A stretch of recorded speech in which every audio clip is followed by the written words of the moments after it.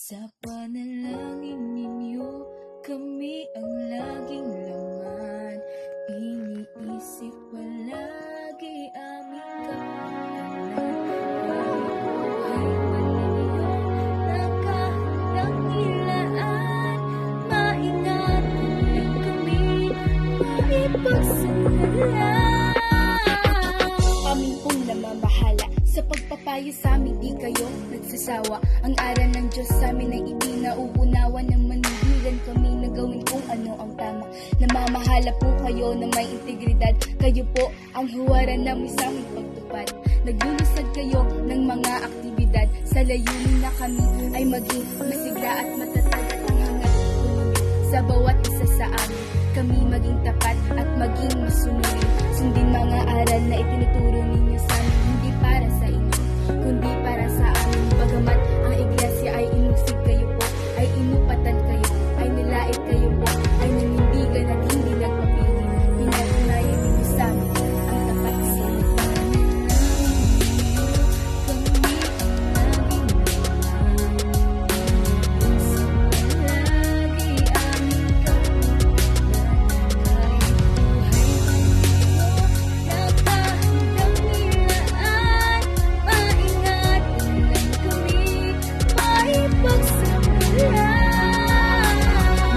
Lumaban at may mga nanira, tinangkang pisalain ng inyong pamamahala. Nagsalitang masasama, hindi sila nagtagumpay at sila'y napahiya. Bumangon ang mga huwad na mananampalataya, nagtangka na sirain ating pagkakaisa. Pinili ninyo kami, higit sa kanila, hindi kayo pumayag na kami ay nasa kanila. At katulad ng palaging naririnig po namin na sinasabi ninyo sa tuwing nagtuturo sa amin, mahal po ninyo kami, mahal po ninyo kami. Ito po ay totoo at damang-dama po namin. Kaya't dalangin po ng buong iglesia, ingatan pa kayo aming tagapamahala. Ang Diyos ang sa inyo ay naglagay bilang bantay ng aming pananampalataya. Kami ang laging laman, iniisip palagi aming kapakanan. Kahit buhay man ninyo, nakahandang ilaan.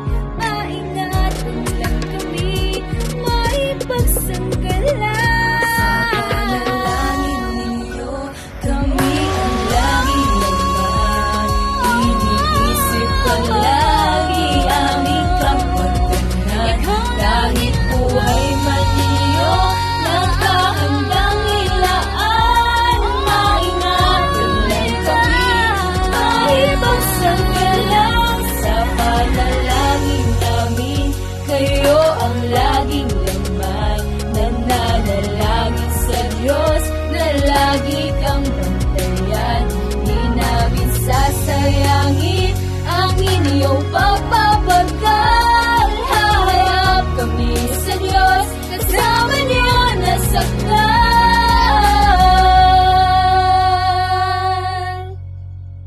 Sa pinakamamahal po naming kapatid, ang kapatid na Eduardo V. Manalo, mula po dito sa distrito ng Capiz, Happy birthday po! Mahal na mahal po namin kayo!